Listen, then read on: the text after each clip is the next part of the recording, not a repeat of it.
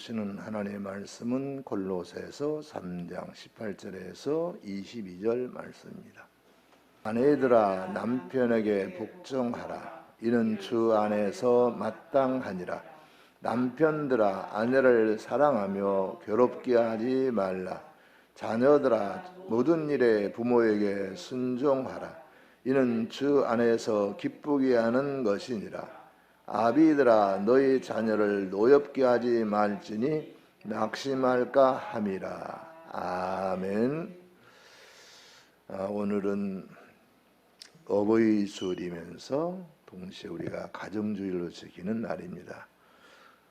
이 시간 행복한 가정의 조건이라 하는 제목을 가지고 우리 본문 말씀을 중심으로 우리가 어떻게 행복한 가정을 이룰 수 있을까, 그 말씀을 나눌 때에 우리가 깨달음과 능력을 힘입어서 우리의 가정들을 행복한 가정들로 더 굳게 세우는 복된 은혜가 있기를 바랍니다. 미국의 유명한 사람 가운데 자동차 왕이라 불리는 사람이 있습니다. 바로 헨리 포드라고 하는 사람인데요. 이 사람은 미국만 아니라 세계적으로 뛰어난 경영자 중에 역사에 남는 한 사람인데요. 지금은 이분이 시작했던 경영 방식이, 그 물건을, 자동차를 생산하는 방식이 일반화되어 있지만 이 당시는 그렇지 못했어요. 근데 이분이 처음으로 자동차 생산을 분업 형태로, 즉 무슨 얘기냐면 컨베이 벨트에 올려놓고 그것이 컨베이가 돌아가면서 그 맡은 사람들이 그 분야에서 작업을 하는, 그러니까 완전히 분업 형태로 컨베이 벨트 올려놓고 이렇게 경영을 했던 사람이거든요. 자, 이렇게 대량 생산이 가능했죠. 분업을 해서 컨베이 벨트 올려놓고 진행을 하니까. 그래서 대량 생산이 되고 그 생산비가 줄었단 말이죠. 차값이 싸지고. 그러다 보니까 전에는 그 공장에서, 자동차 공장에 일하는 그 사원들이 그 차를 탈 수가 없었어요. 자기들이 만들어 놓고는 타지 못했습니다. 그런데 이렇게 컨베이어 벨트에서 대량 생산이 가능해지면서 그 회사 다니는 사람들이 차를 사고, 그리고 또 자동차 공장에 수입이 올라가니까 임금도 올라가고, 그래가지고 그야말로 획기적인 경영을 했던 그런 사람인데요. 자, 이 사람은 뭐 이 자동차 분야뿐만 아니라 직물, 유리, 페인트, 원래 자동차에 들어가는 그 장비들이 많이 있잖아요. 부속 그 자재들이. 그러니까 그것을 함께 발전시키는, 자동차 공업은 종합산업이라고 그럽니다. 그만큼 자동차 공업에 세워진다는 얘기는 부품이 많이 들어가기 때문에 함께 발전하는데, 이 사람이 이렇게 큰 성을 거두고 은퇴한 어느 날 파티에 참석하게 됐는데요. 수많은 사람들이 그에게 말을 듣기를 원했습니다. 어떻게 해서 저렇게 정말 획기적인 경영을 할 수 있었고 저렇게 엄청난 성을 거둘 수 있었을까 하고 그 헨리 포드에게 물었습니다. 당신은 일생 동안 엄청난 성을 거두었는데 그 성공을 거둔 가장 근본적인 비결, 그 원인은 무엇이라고 생각합니까? 물었단 말이죠. 그때 이 헨리 포드가 답변이 이것입니다. 우리 한번 읽어보실까요? 그것은 나의 가정입니다. 가정은 나의 모든 사업과 일에 힘과 용기를 주었고 창조력의 근원이 되었습니다. 우리 가정이 믿음으로 살았더니 하나님께서 오늘과 같은 복을 주셨습니다. 귀한 고백인데요. 여러분, 우리가 사회에 나가서 그야말로 세속적으로 말한다면 성공하려면 가정이 든든하게 서 있어야 됩니다. 가정에서 행복을 누릴 때 힘과 용기가 생기고 격려가 되어서 아이디어도 창조적으로 떠오르고 어려움도 헤쳐갈 수 있는 힘이 생기거든요. 그런데 아무리 유능한 사람이라도 가정이 행복하지 않으면 맨날 싸우고 출근해야 되고, 그러면 그 사람이 나가서 생산적인 활동할 수가 없어요. 힘있게 활동할 수가 없는 거죠. 그래서 이 헨리 포드는 가정의 중요성을 얘기하면서 가정이 행복하고 믿음의 가정이었는데 그 가정이 내게 행복을 주었습니다, 이렇게 얘기를 했는데요. 정말 가정이 중요하죠. 가정은 우리가 태어난 곳이고 또 우리가 자라는 곳이고 이 세상을 떠난 날까지 먹고 자고 쉬는 곳입니다. 가정은 등산하는 사람들의 예에 비추면 등산하는 사람들의 베이스 캠프, 이 얘기 많이 들어봤을 거예요. 높은 곳에 올라가기 위해서 거기다 하나의 그 등산 기지를 만들어 놓고 거기서 먹고 자고 하면서 거기서 모든 준비를 해가지고 마지막 등정을 하는 거거든요. 그러니까 가정은 등산하는 사람, 베이스 캠프가 없으면 등산 못하죠. 그런 것처럼 우리 인생의 삶의 근거지입니다. 가정 없는 인생이 없고요, 가정 없는 삶은 그래서 상상할 수 없습니다. 찰스 셀이라는 사람이 가정연구학자인데요, 이 사람이 유명 말을 했습니다. 무슨 말을 했냐고요? 자, 이 말씀 한번 읽을까요? 가족을 떠나도 가정은 떠나지 않는다. 이게 무슨 말이에요? 가족을 떠나도 가정은 떠나지 않는다. 가족은 한 사람 한 사람이잖아요. 그래서 가족이 가정을 떠날 수 있어요. 장가 가서 떠나고 시집 가서 떠나고 멀리 하여튼 떠날 수 있습니다. 그런데 가족을 떠나도 식구끼리는 헤어져도 가정은 떠나지 않는다. 그 가정에서 갈고 닦고 배우고 몸에 든 습관은 변하지 않는다는 거예요. 그래서 우리가 병원에 가시면 그런 얘기를 하죠. 예를 들어서 무슨 큰 병이 들었어요. 그러면 물어봅니다. 당신 가족 가운데 이런 병을 앓은 사람이 있습니까? 가족력을 물어요. 가족력 두 가지 요인이 있는데요. 뭐냐면 첫째로 유전적으로 그 사람의 유전자 안에 이 병이 걸릴 확률이 있는 경우, 그걸 가족력이라고 합니다. 그런 경우에는 만약에 이거 선천적이라고 그러는데 관리를 잘 못하게 되면 틀림없이 걸려요. 관리를 잘하면 넘어갈 수 있지만, 그래서 유전자적 요인이 없는가, 이 가족력입니다. 또 하나는 뭐냐면 그 가정의 삶의 패턴이에요. 그러니까 음식을 짜게 먹는지 싱겁게 먹는지 맵게 먹는지 이렇게 이런 것 모든 것들이 가정 식구는 같잖아요.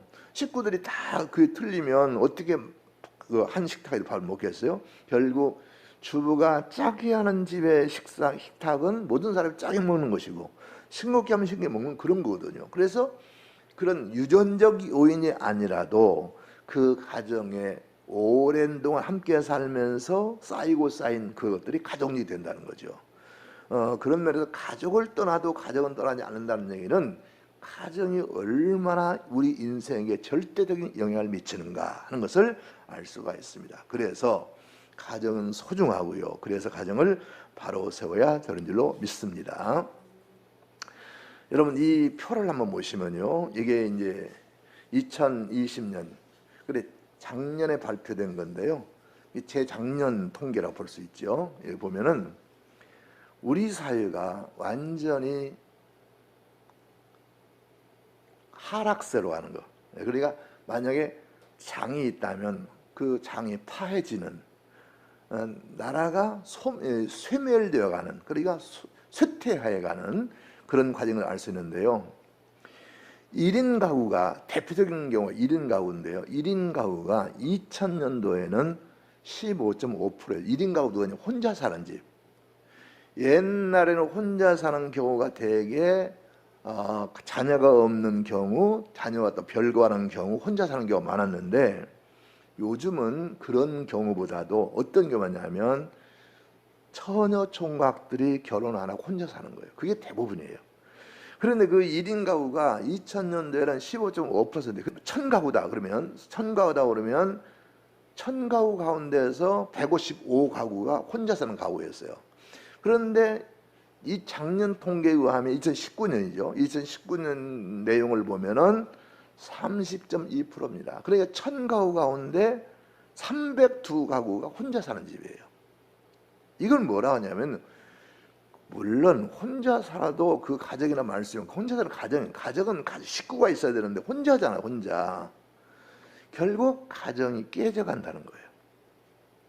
그런데다가 결혼에 대한 관심, 결혼을 해야 된다. 그래서 최근 통계에 보면은요, 이거 이제 19년 통계죠. 작년에 발표됐지만 보면 절반 51.2%만 결혼해야 된다 생각하고요. 천저총합 가운데 반은 결혼할 필요가 없다고 생각한대요. 그리고 결혼을 해가지고 자녀를 가져야 된다 하는 경우가 20대, 30대는요 더 내려간다는 거죠. 우리가 20대, 30대 더 내려가고 현재 상태, 이 조사는 할머니, 할아버지로부터 시작해서 젊은이까지 다 함께 통계를 낸 거고요. 젊은 사람들만 내려오면 30% 내려옵니다. 그러면 앞으로 가정을 안 가지겠다는 거거든요. 안 가지는 이유는 뭐냐면 힘들다.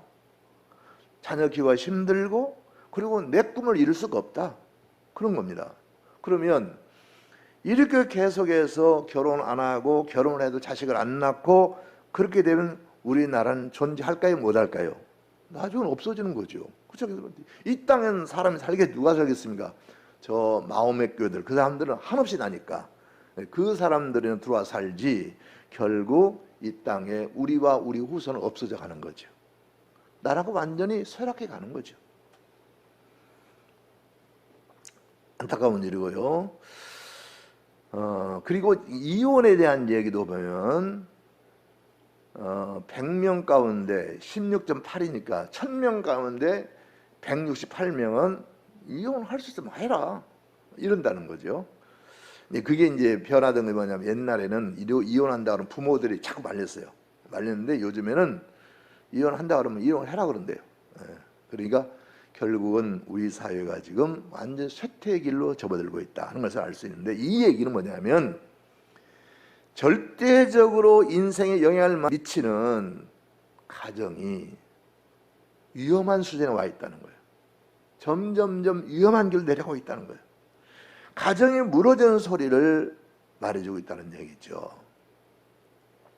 자, 오늘은 어버이 주일이죠. 그리고 이 5월은 가정의 달이고 요즘에 이제 어버이 주일로만 지키기는 어렵게 돼요. 왜냐하면 지금 여기 앉아 계신 모든 분들은 어버이잖아요. 어버이들 앉혀놓고 원래 어버이 주일의 뜻은 후생들에게 부모를 공경하라고 가르치는 건데, 그런데 어버이들 앉혀놓고 어버이 공경하라고 그러면 뭐 그 의무가 없잖아요. 그래서 요즘 많은 교회가 어버이 주일을 또 어린이 주일을 함께 가정 주일로 이렇게 지킵니다. 그래서 오늘도 어버이 주일이면서 동시에 가정 주일인데요. 우리 생명의 주인은 하나님이시지만 구체적으로 우리는 부모님을 통해서 세상에 옵니다. 부모님의 피와 땀을 먹고 이렇게 사람으로 살고 있거든요. 그래서 우리는 하나님이 우리 땅에 보내신 하나님의 은혜도 감사하고 찬양해야 되지만 직접적으로 우리를 낳고 길러주신 부모님에 대해서 존경하고 섬기고 공경하는 것 마땅한 일인 줄로 믿습니다. 특히 믿음으로 사는 성도들은요, 하나님의 영광을 위해서도 반드시 부모를 공경해야 되고 동시에 자녀의 양육도 책임있게 감당해서 행복한 가정을 이루어야 될 줄로 믿습니다.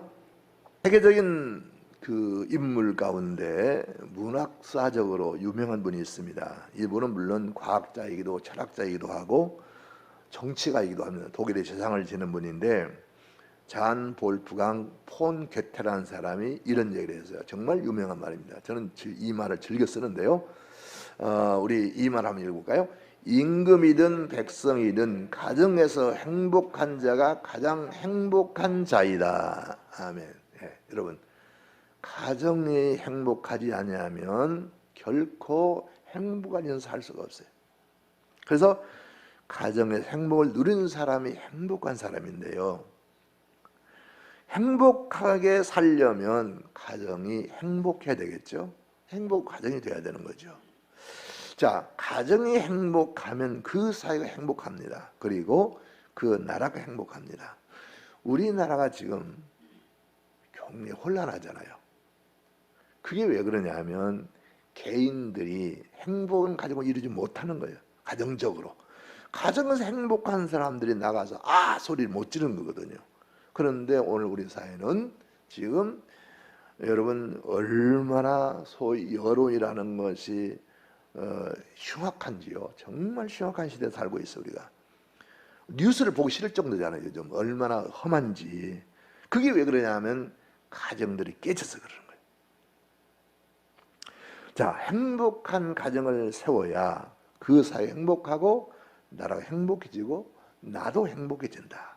그래서 무조건적으로 가정은 행복해져야 돼요. 그러면 행복한 가정은 어떻게 이루는 것인가? 행복한 가정의 조건은 무엇인가? 행복하기 위해서 가정을 어떻게 세워야 되는 것인가? 이 시간 고민하면서 하나님의 말씀을 보도록 하겠습니다. 오늘 우리에게 주신 하나님의 말씀은 골로새서 3장 28절 21절인데요. 그래서 제목을 제가 행복한 가정이라 이렇게 잡았습니다. 사실 이 골로새 이 3장에서 4장까지는요. 믿음의 실천에 관한 이야기입니다. 그러니까 우리가 믿는 사람으로서 이 사실 어떻게 믿음을 실천해야 되는가 그 실천을 말씀하고 있는 그 중에서 오늘 본문 말씀은 가정에서 우리 그리는 어떻게 살아야 되는가. 그래서 이 말씀을 살면 가정 행복이 보장되는 것이죠. 하나님의 말씀이니까. 우리 이 말씀을 봅시다. 18절 봅니다. 아내들아 남편에게 복종하라. 이는 주 안에서 마땅하니라. 아멘. 요즘 여성주의자들이 볼 때는 성경 택해 묵었다. 지금 때가 어느 때인데 아내들에게 남편을 복종하라 하는가 이렇게 이제 하기 쉬운데요. 그래서 언제나 성경은 전체적으로 봐야 돼요. 한 절만 딱 떼놓고 얘기하면 그러니까 어떤 못된 남편이 아니면 좀 폭군적인 남편이 이 18절을 가지고 아내들아 남편에게 복종하라. 이는 주 안에서 마땅하니라. 이렇게 말씀하시는데 왜 복종 안 해? 하고 따지고 들면 그건 성경을 잘못 보는 거죠. 성경 전체로 봐야 돼요. 일단 18절 말씀의 진리를 좀 생각해 보면요. 이건 하나의 원리입니다.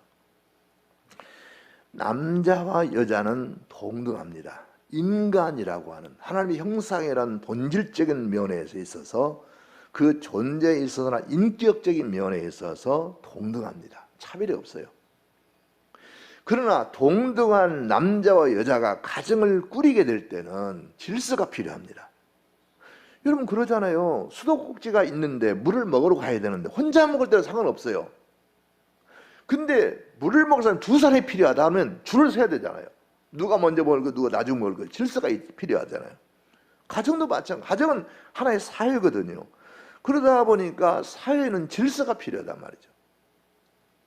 그래서 남편에게는 가정을 다스리고 지킬 권한과 의무를 주셨고 아내에게는 남편을 돕는 자 역할을 주셨어요. 그런데 이 돕는 자 역할도 여러분 우리가 새겨보면 참 의미가 있는데요. 그러니까 도우려고 하면은 그 주체자 못지않게 돕는 사람이 훌륭해야 돼요. 만약에 남편이 있고 아내가 있습니다. 남편이 정말로 매사에 100점짜리예요. 그런데 아내는 99점짜리예요. 그러면 아내는 남편을 도울 방법이 없습니다. 어떻게 99점짜리 100점짜리를 돕습니까? 그러니까 결국 돕는 자라고 하는 의미는 남편이 부족한 부분을 또 모자란 부분을 없는 부분을 부인이 채워주는 거죠. 그래서 상부상조하는 거예요. 이것을 그러니까 왕이 백성을 다스리고 옛날에 왕이 백성을 일방적으로 다스리듯이 그렇게 보는 것이 아니라 소위 그걸 가부장이라고 그러죠. 그렇게 보는 게 아니고 남편 위주가 되되 부인이 그것을 참으로 기묘한 돕자가 되는 거죠. 이것이 가정의 질서란 말이에요. 이건 하나님이 정하신 거예요.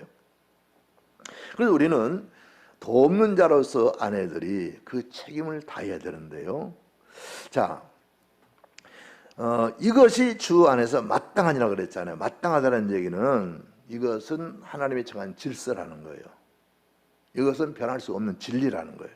그래서 아내들은 남편에게 복종해야 된다. 자, 그러면 이제 남편에게 부과된 명령을 보십시다. 자, 19절입니다. 남편들아 아내를 사랑하며 괴롭게 하지 말라. 아멘. 남편들이 아내를 사랑하래요. 뭐 사랑은 다 하는 거지 뭐. 다 결혼하고 살고 그러니까. 그런데 이 말을 그냥 곁으로 들으면 안 됩니다.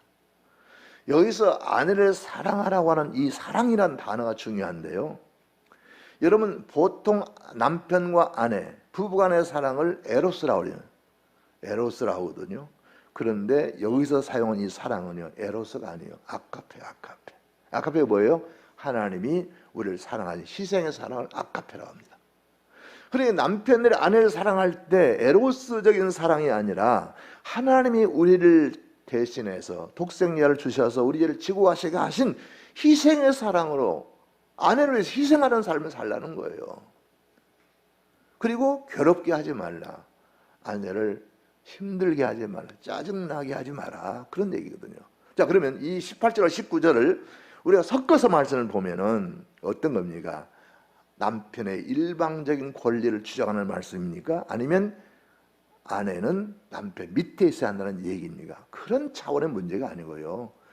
남편이 유주가 되되 서로를 존중하고 서로를 잘 조화를 이루어서 살도록 그렇게 하시는 말씀이거든요. 그러니까 요즘에 여성주의자들이 이 말씀을 가지고 성경을 캐캐 묵었다, 옛날 시대에 하는 말을 지금도 하고 있네, 그렇게 해서는 안 된다는 거죠. 남편들이 정말로 남편의 역할을 잘 하려면 아내를 위해서 아가페의 사랑으로 희생을 하라는 거예요. 그렇기 때문에 이 말씀은 오늘날 아무리 여성주의 운동이 활발한 이 시대에도 우리에게 주시는 진리의 말씀인 줄로 믿습니다. 그러니까 남편이 복종하라고 했잖아 하고 건의만 내세우지 말고 따라올 수 있도록 그렇게 헌신적으로 아내를 사랑하면 아내는 기꺼이 남편에게 순종하게 될 수 있다는 거지요. 이런 가정이 행복한 가정이 되는 줄로 믿습니다. 자, 그러면 이제 20절 보십시오. 자녀들아 모든 일에 부모에게 순종하라. 이런 주 안에서 기쁘게 하는 것이니라. 아멘. 이 자녀들, 부모와 자녀의 관계, 지금은 우리가 18절, 19절은 부부간의 관계, 이 문제였다면 가정은 부부간의 관계, 부모 자식 간의 관계 다 있잖아요. 그래서 이제는 부모 자식 간의 관계인데 자녀들아 모든 일에 부모에게 순종하라. 이는 주 안에서 기쁘게 하는 것이나 역시 마찬가지입니다. 지금 이제 이 시대는 핵가족이 돼가지고 지금은 자녀들이 그 부모의 말씀을 별로 순종을 안 씁니다. 뭐 별 사실은 인생과 다르고요. 그래서 하는데 역시 마찬가지입니다. 이 시대가 변하고 아무리 그래도 자녀들은 부모에게 순종해야 됩니다. 이것이 하나님의 질서입니다. 하나님의 원리입니다. 그래서 부모님, 자녀들은 부모를 우리가 부모에게 순종할 이유가 많이 있죠. 왜냐하면 낳고 길러주셨고, 그리고 하나님은요, 이 아버지, 부모를 하나님의 이 권위자로 세우셨다는 거죠. 그래서 하나님 아버지를 창조자 하나님, 우리가 말하면 하나님 아버지 그러잖아요. 이 아버지 속에는 어머니도 들어있는 거죠. 아버지는 대표니까.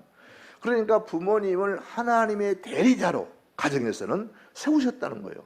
그러니까 그 하나님의 대리자인 부모에게 순종하는 것이 어느 면으로 보든지 낳고 길러주셨고, 그리고 하나님이 정하신 원리를 보더라도 이것은 반드시 자녀들이 부모에게 순종해야 된다. 마찬가지입니다. 아까 남편에게 복종하라고 했지만은 그것이 독재적 일방적인 그런 복종을 요구하는 것이 아니라 아내를 희생적으로 사랑하는 그 사랑 안에 있을 때 그것이 가능해져 한 것처럼 이 자녀들도 마찬가지입니다. 자녀들도 부모가 자녀를 어떻게 대하느냐 그것을 규정하는 말씀을 보면 자녀가 부모님에게 순종하는 것이 합당하다는 사실을 우리가 발견하게 되는데요. 자, 20절 봅시다.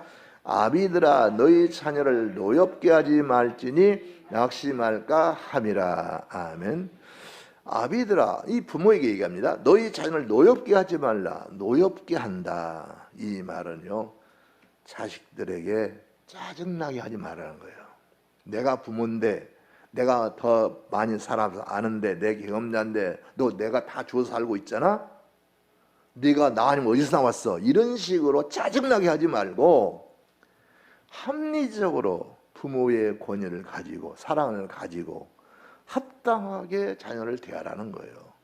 어린 자녀들은요, 경험이 익숙지 않기 때문에 낙심하기 쉽습니다. 상처받기 쉬워요. 그러니까 상처받지 않도록, 낙심하지 않도록 부모가 자녀들의 상태를 잘 고려해 가면서 해야지. 내가 부모인데, 내가 너희 먹이고 길렀는데, 내가 대학 보냈는데, 이런 식으로 해서 자녀를 화나게 하거나 짜증나게 하면 안 된다. 그러니까 성경은 가정 안에서 질서를 일방적으로 규정하지 않아요. 남편이니까 최고로 대우받고 다 하고, 요즘에도 그런다고 그러더라고요. 요즘에 그런 남편이 있대요.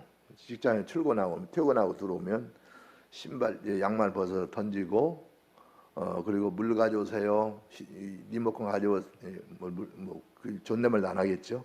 그런 남편이 있다고 그러더라고요. 그리고 어떤 어머니인데 자기 아들 시험을 보더라고요. 그러면서 아유 목사님, 지금도 얘가요 19세기 사람이라고 그런 사람도 있더라고요. 지금도 그런 남편들. 근데 그 부인도 공부도 대학도 졸업하고 학교 선생님 출신이기도 한데 그러더라고요. 그러니까 지금도 가정별로 그런 사람이 있지만 성경은 뭐라 하냐면 남편이 일방적으로, 부모가 일방적으로, 동시에 마찬가지요.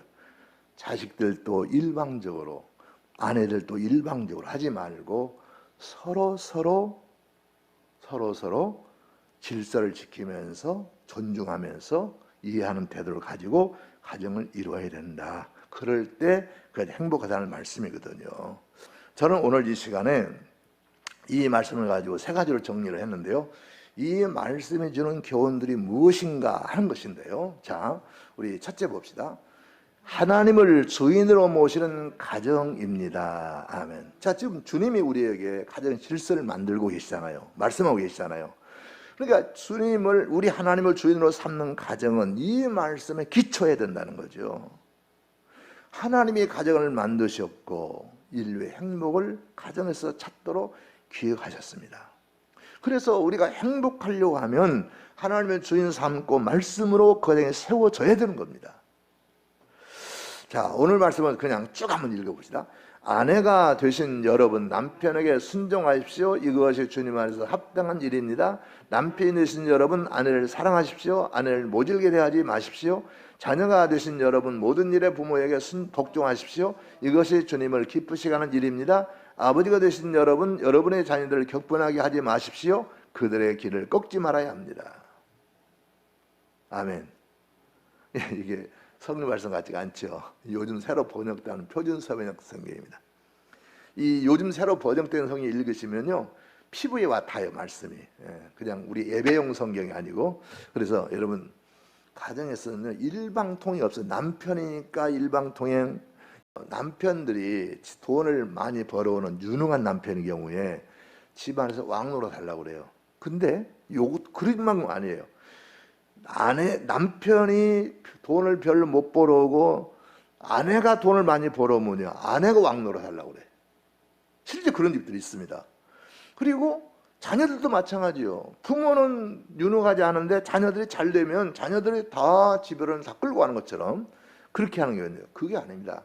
능력이 가정을 끌고 가는 게 아니고 서로 사랑하는, 사랑이, 연대하는 연대, 이 가정이, 그래서 조화로운 가정이 될 때 행복한 거지, 남편이 힘이 있다고 또는 아내가 힘이 있다고 자식이 힘이 있다고 부모가 힘이 있다고 일방적으로 끌고 가면 그 가정 결코 행복할 수가 없습니다.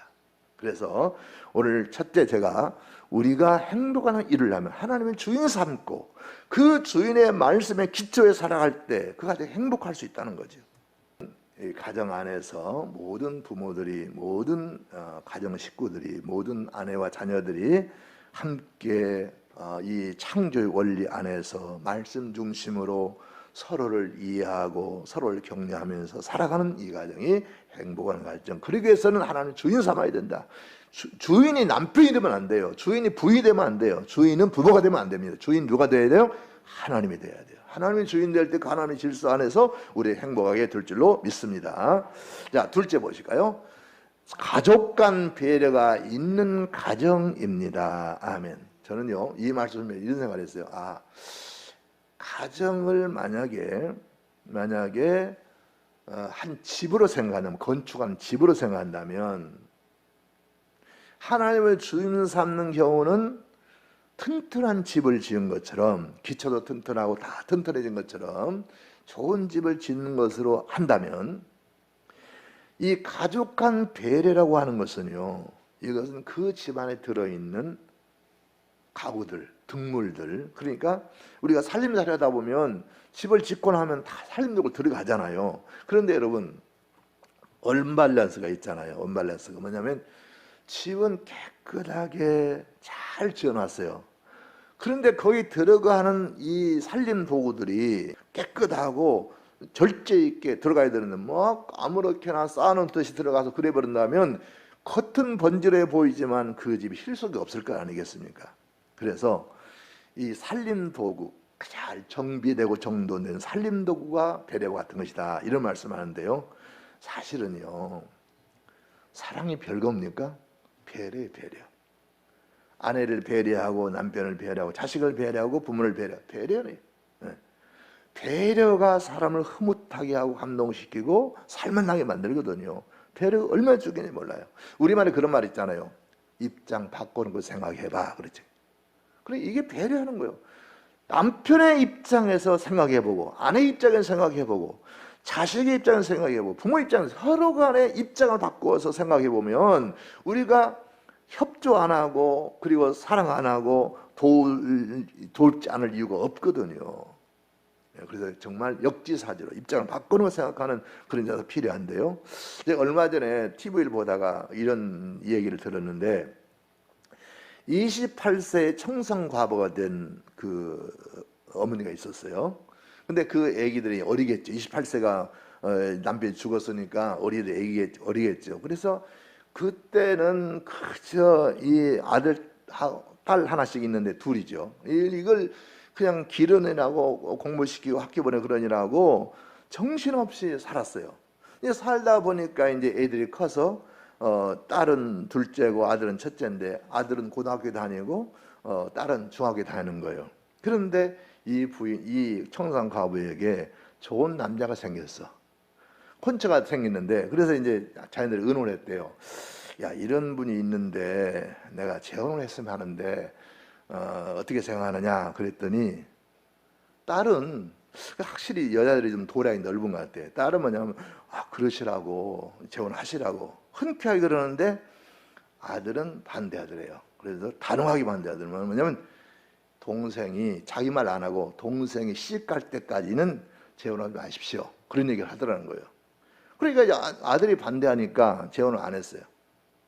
그래서 이제 아들 딸 다 훌륭하게 길러서 대학 가고 다 시집가고 장가가서 나가 사는데, 그래 엄마 혼자 있으니까 이제 가끔 집에 오는데, 그 오면 얼마나 반가워하겠습니까? 그래서 살다 놀다 가고 그러는데, 엄마 돌아가신 다음에 결국 이제 혼자 살았잖아요. 재혼 못 하고 돌아가신 다음에 이제 엄마 유품을 이제 그 정리를 하는 가운데 엄마 일기장을 발견했대요. 근데 일기장을 이제 쓱 한번 읽어보니까 이런 말들이 그냥 많이 써 있더래요. 뭐냐면, 오늘은 딸내가 와서 참 좋았다. 손주들도 오고 해서 참 즐거웠다. 그리고 쭉 글을 쓰고는 맨 마지막에, 그런데 애들이 가고 나니까 참 외롭다, 이렇게 써 있더래요. 또 다른 편지, 다른 일기에 보면, 오늘은 아들이 애들을 데리고 왔었는데 참 기분이 좋았다, 즐거웠다, 행복했다. 그런데 또 끝에는 애들이 다 돌아오고 나니까 외롭다, 이런 말 써 있더래요. 그래서 그 얘기를 하는 분이 정말 눈물을 흘리더라고. 그때 어머니가 원하는 대로 재혼을 하게 해드렸으면 우리 어머니가 적어도 20년 더 사실 텐데, 행복하니까. 그런데 혼자 외롭다 하시면서 결국 60에 돌아가셨대요. 그러니까 그때 그 어머니의 그 심정을, 혼자 외롭게 살아가는 심정을 자식이 이해를 했더라면, 배려를 했더라면, 역지사지를 바꿔놓고 그랬더라면 자기들이 새 아버지를 모시는 이 일이 힘들겠지만은 어머니 인생도 있는 거니까 그랬을 텐데 자기들은 그냥 엄마가 좋으니까 엄마하고만 살고 싶은 생각에 반대를 했는데 그것이 참 안타깝다 그런 얘기를 하더라고요. 그러니까 여러분 가정에서는요 정말 이 교회 안에서도 마찬가지고 인간관계는 그렇습니다. 서로 상대 입장에서 생활하면 대를 하면 거기에 행복이 있는 거예요. 더구나 가정 식구들은 우리 뭐 사회에서야 서로 안 맞으면 돌아설 수도 있고 상대 안 할 수도 있거든요. 그런데 이 가정 그렇지 못하잖아요. 그렇기 때문에 누가 극렬하게 반대하고 나서면은 그게 어려워진단 말이에요. 그럴 때 정말 세려하는 자세 이것이 우리에게 얼마나 소중한 것을 우리는 기억해야 될 줄로 믿습니다. 자, 셋째입니다. 셋째 읽읍시다. 가족 상호간에 서로 감사하자입니다. 아멘. 사실은 여러분 우리가 인생을 살아가면서 가장 감사가 풍성해야 될 것이 어디냐면 가정입니다. 가정은 그야말로 다 사랑의 빚진 자들 아닙니까? 부모님은 그 자식들을 낳고 기르는 얼마나 수고하죠. 자식 입장에 볼 때 부모는 우리의 영원한 빚쟁이라고. 부모님의 빚을 어떻게 다 갚습니까? 그러니까 그 빚을 못 갚는 상황에서 그냥 우리가 표현이라도 감정이라도 감사함을 가지고 살아야죠. 부부도 마찬가지예요. 부부가 살면서 서로 힘들고 어려울 때 얼마나 격려가 됐습니까? 모든 그렇잖아요. 어느 부부든지 다 무슨 일이 생기면 의논하고 서로 이렇게 하게 돼 있는데 그러면서 어려움 고비를 넘어가잖아요. 얼마나 감사합니까? 그러니까 당신서 내가 참 행복했다. 당신서 이 문제를 해결했다. 우리 어머니 아버지가 나를 이렇게 길러주었기 때문에 내가 오늘 있습니다라고 하는 생각, 이 생각은 기본적으로 가지고 있어야 되거든요. 그래서 무엇보다도 우리는 가정에서 상호간에 자식은 부모에게, 부모는 자식에게, 그리고 남편은 아내에게, 아내는 남편에게 상호 감사하는 자세가 되어져야 감사한 가정의 행복이 넘치지 않겠습니까? 그럼 부모가 자식에게 뭘 감사할까? 없을까요? 나는 돈 들여서 그리고 피땀을 내서 애들을 기르고 공부를 시켰으니까 저들이 나한테 감사해야지. 내가 저들 감사할 게 뭐 있어? 그럴까요? 그렇지 않습니다. 뭐 우스운 얘기도 있지만 뭐입니까? 애기들은요, 우리 자식들은 크면서 어렸을 때 다 효도했대요. 어려서 크면서 재롱 떨고 커가는 모습 보면서 부모도 행복해 하잖아요. 잘 효도를 해버렸다는 거예요. 그런 말도 있듯이 실제로 자녀들은요, 여러분 우리가 이제 조금 고약한 말로 무자식 상팔자라는 말도 있지만요, 그것은 극단적인 얘기고 실제로는 그렇지 않습니다. 일단 성경은 그러잖아요. 전통의 화살이 많은 친구가 그 복이 있듯이 그 자식이 많은 가정이 복이 있는 가정이다, 그렇게 말씀하잖아요. 그러니까 여러분 자식이 있다는 것은 그만큼 내가 의지할 수 있고, 뭐 의지가 되든 안 되든 일단 마음이 안정된 거예요. 그래서 여러분 우리는 자식을 낳고 살지만은 실제로 자식을 결혼해서 살아도 못 낳는 경우는 얼마나 애타는 걸 여러분 저는 똑똑히 봤습니다. 그래가지고 요즘은 심지어는 뭐 시험관하기 인공수정 하느라고 얼마나 돈도 들이고 고통도 하고 그런 거 얼마나 뭡니까? 그러니까 하나님이 수월하게 자식을 주셨고 또 이렇게 잘 커서 잘 살고 있으니 그것 자체 감사한 거죠. 저는 어렸을 때 동네에서요, 예, 사람들끼리 싸우고 다투고 하잖아요. 그런데 하나의 특징 하나 있어요. 뭐냐면 금기사항 하나 있어요. 뭐냐면 자식이 많은 집하고는 안 싸우는 거예요. 자식이 많으면 안 싸워요. 왜냐하면 그 옛날에 다 집안에 그냥, 지금이야 다 뿔뿔이 흩어지지만 옛날에는 한 집안에 그냥 쭉 다 있었잖아요. 그래 동네에서 무슨 싸움이 벌어졌다 그러면요, 잘못하면 그야말로 싸게는 맞을 수가 있거든. 집단적으로 린치를 당할 수가 있어요. 물론 어떻든 그렇지 않는 경우를 하더라도 일단은 자식이 많은 집은 무시하지 않습니다. 그걸 뭘 얘기하냐면 자식이 주는 안정감이라는 게 있거든요. 그러니까 부모는 일단 내가 낳고 기르고 수고 애썼지만은 그 자식이 저렇게 잘 자라준 것만도 감사하고 또 있어서 든든해서 감사하고 감사한 거거든요. 그래서 우리가 서로 간에 남편 아내에게 당신 내가 행복하다고, 또 아내 남편에게 당신 같은 남편 만나서 행복하다고, 또 자식은 부모에게 우리 부모가 비록 유명한 사람도 아니고 시민인 사람도 아니지만 정성을 길러줘서 감사하다고, 또 부모는 자기들 내가 너희들 잘 해준 건 별로 없지만은 건강히 잘 자라서 잘 살고 있으니 감사하다고, 이런 마음이 바탕에 있어야 가정이 행복한 거거든요. 그 미국의 네브라스카 대학 주립대학의 사회학 연구팀이요, 행복한 가정들을 연구를 해가지고 그 행복한 가정이 가지고 있는 공통점 4가지를 발견했는데, 그 중에 첫째가 뭐냐면 감사예요. 감사. 식구들끼리 서로 아내 때문에 감사하고, 남편 때문에 감사하고, 자식 때문에 감사하고, 부모 때문에 감사하는 그 감사가 충만할 때 그 가정이 제일 행복한 가정이더라, 이렇게 말씀하고 있습니다. 사랑하는 성도 여러분, 오늘은 어버이 주일이고 5월 가정의 달 가정주일로 우리가 지키고 있는데요, 하나님을 주인으로 모시면 행복한 가정이 됩니다. 가족 간에 배려가 있을 때 행복해집니다. 가족의 상호 간 서로를 감사히 여길 때 그 가정이 행복해진다는 것을 마음에 기억하시기 바랍니다. 여러분의 모든 가정이 하나님을 주인으로 삼고 서로 배려하면서 그리고 감사하면서 행복한 가정을 이루시기를 주님의 이름으로 축원합니다.